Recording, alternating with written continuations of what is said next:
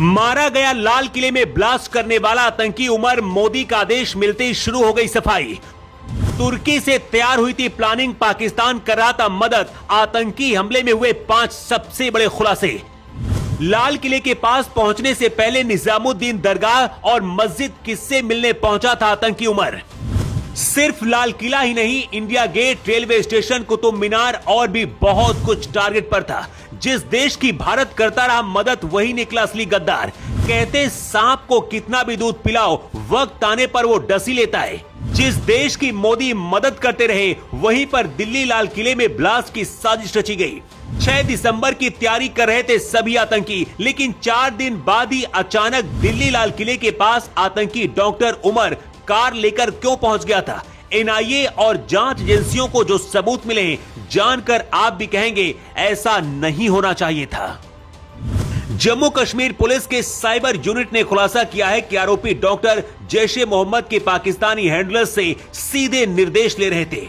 मुजम्मिल के फोन से मिले चैट्स में मिशन तैमूर और डिलीवरी ऑन 10th जैसे कोड वर्ड पाए गए। डिजिटल फॉरेंसिक रिपोर्ट में साफ हुआ है कि जैश का नेटवर्क टेलीग्राम, सिग्नल और प्रॉक्सी सर्वर के जरिए एक्टिव था। ये मॉड्यूल कथित तौर पर ऑनलाइन रेडिकलाइजेशन और मेडिकल प्रोफेशनल्स की भर्ती में लगा हुआ था।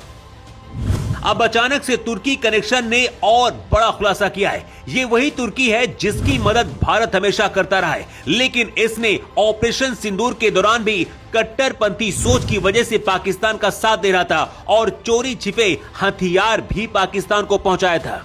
जांच में खुलासा हुआ है कि उमर नबी और मुजम्मिल गनई 2022 में तुर्की यात्रा पर गए थे। यहीं पर उन्हें ट्रेनिंग दी गई।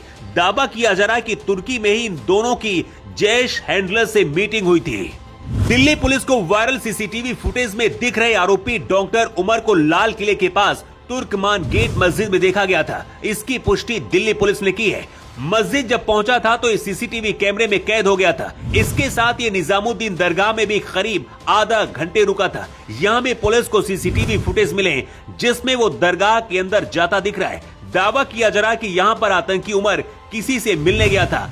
किससे मिलने गया था, इसकी जांच अभी एजेंसियां कर रही हैं। अभी तक की जांच में और पकड़े गए आतंकियों ने जो कबूला है, उससे इस बात का खुलासा हुआ कि राम मंदिर बनने से परेशान हैं और बाबरी मस्जिद का बदला लेना चाहते थे।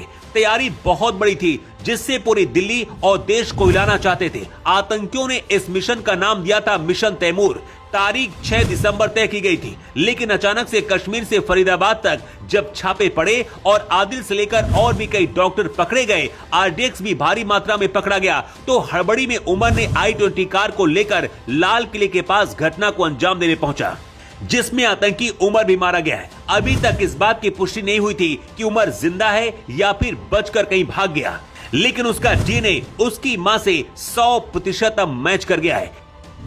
दिल्ली पुलिस ने कहा कि डीएनए टेस्ट से पुष्टि हुई है कि लाल किले के पास विस्फोट करने वाला व्यक्ति डॉक्टर उमर उन नबी था। विस्फोट के बाद उसका पैर स्टीयरिंग व्हील और एक्सीलेटर के बीच फंसा था। उसका डीएनए सैंपल उसकी मां से मेल खाता है। पीएम मोदी ने एक इमरजेंसी मीटिंग बुलाई थी जिसमें गृह मंत्री शाह, सेना प्रमुख, रक्षा मंत्री राजनाथ सिंह भी मौजूद थे। इस मीटिंग में दिल्ली ब्लास्ट को आतंकी हमला घोषित किया गया है। तुर्की को अब डर सताने लगा है कि बदला भारत अब जरूर लेगा, इसलिए तुर्की अब रोने लगा है और खुद को बेगुनाह बता रहा है। इधर सेना पाकिस्तान बॉर्डर पर अलर्ट खड़ी है। कश्मीर से गुजरात और दिल्ली तक पूरे देश में सर्च ऑपरेशन चल रहा है ताकि कोई भी आतंकी बचने न पाए। इसके साथ ही दिल्ली पुलिस और खुफिया एजेंसियां दिल्ली और आसपास की मस्जिद और दरगाहों पर भी नजर रख रही हैं और ये भी पता लगा रही हैं कि कहां से आतंकियों को मदद मिल रही थी।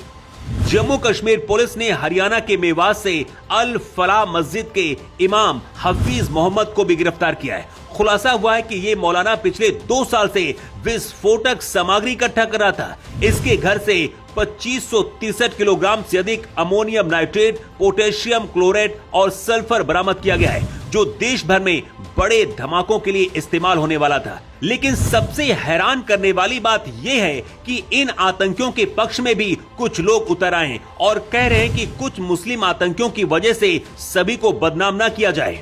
ऐसे लोगों के लिए आप क्या कहना चाहेंगे? कमेंट करके अपनी राय आप जरूर दें। Bureau report.